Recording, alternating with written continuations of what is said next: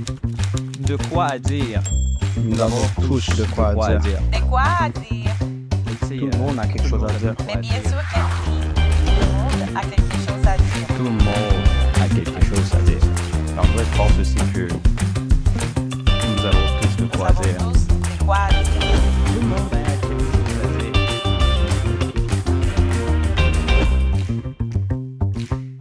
Ouais, il y a des quoi à dire. En étant sur les réseaux sociaux, je suis tombée sur un Reels de quelqu'un qui parlait des amitiés. De ces genres d'amitiés qui peuvent ressembler à un cactus et d'autres genres d'amitiés qui peuvent ressembler à un bonsaï. Aujourd'hui, à De quoi dire, je te donne ma réflexion sur ces deux types d'amis qu'on peut avoir dans notre vie, dans notre entourage, dans notre quotidien. Bienvenue à De quoi dire, je m'appelle Ingrid Cabezas et dans cet épisode, je vais te partager ma réflexion sur le vrai sens de l'amitié. En regardant ces reels et en écoutant ce que la personne disait, elle disait quelque chose comme dans la vie, on va avoir ce genre d'amis qui ressemblent à un cactus. Ce genre d'amis qui n'a pas besoin nécessairement d'entretien.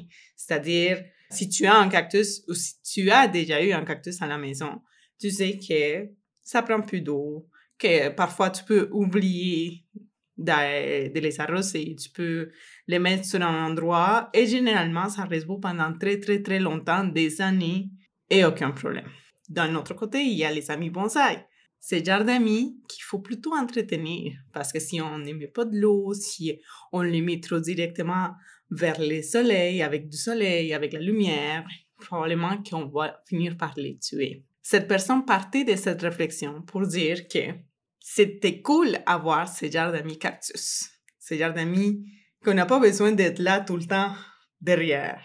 Pour le dire, « Hey, je suis ici, je t'appelle tout le temps, je t'écris tout le temps. » Parce qu'on sait que peu importe combien de temps il va passer, cette personne-là va être là pour nous autres. De notre côté, c'est pas bon, selon lui, d'avoir des amis bonsaï parce que c'est le genre de relation qu'il faut entretenir en très long terme. Alors maintenant, je t'invite à réfléchir. Quel genre de relation que tu veux avoir dans ta vie? Quel genre de relation avec ton entourage, avec tes amis, avec tes proches que tu souhaites avoir dans ta vie? Personnellement, je ne suis pas du tout, ou au moins pas à 100% d'accord avec cette réflexion des amis bonsaï et des amis cactus. Et je vais te dire pourquoi. Pour moi, une relation doit prendre de l'intérêt. Une relation doit être un échange mutuel, un échange entre toi et moi. Pour moi, une relation d'amitié ou mes amis de très long terme, vous savez qui vous êtes.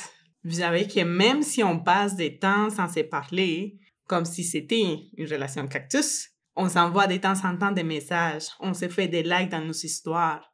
Je suis là, je pense à toi, je te dédie une chanson, je t'envoie un petit message, un petit mème. Il faut entretenir ce genre de relation.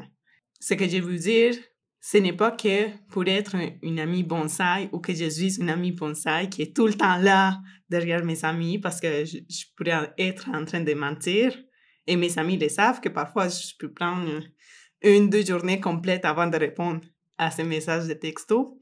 Mais ils savent, elles savent que je suis là. Elles savent que peu importe l'heure à laquelle elles vont m'appeler, je vais répondre. Peu importe les moments de la journée auxquels elles vont m'écrire, je vais répondre.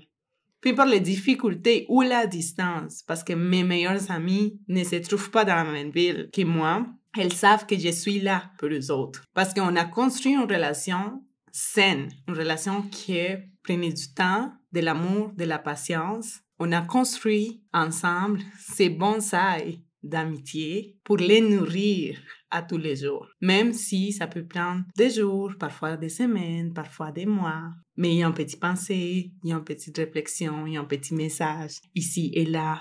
Une relation, il faut la construire mutuellement en sachant qu'est-ce qu'on est prêt ou pas à investir de notre temps, de notre énergie, de notre écoute, de notre empathie, de nos conseils. Ça ne m'intéresse pas d'être un ami cactus qui disparaît pendant des années puis que voilà, non. Il faut en prendre des bons, il faut en laisser également.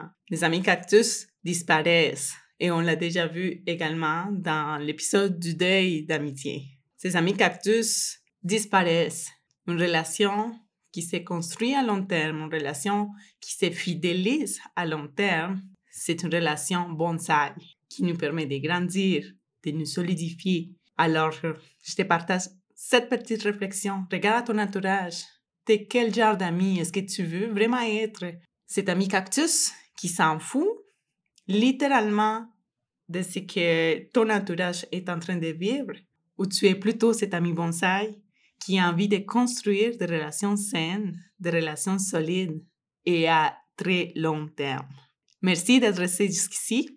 Je t'invite à aller partager cet épisode à tes amis bonsaï et à être fier si tu es ce genre de personne qui cherche vraiment à construire des relations qui sont fermes, qui sont solides et qui se tiennent à long terme.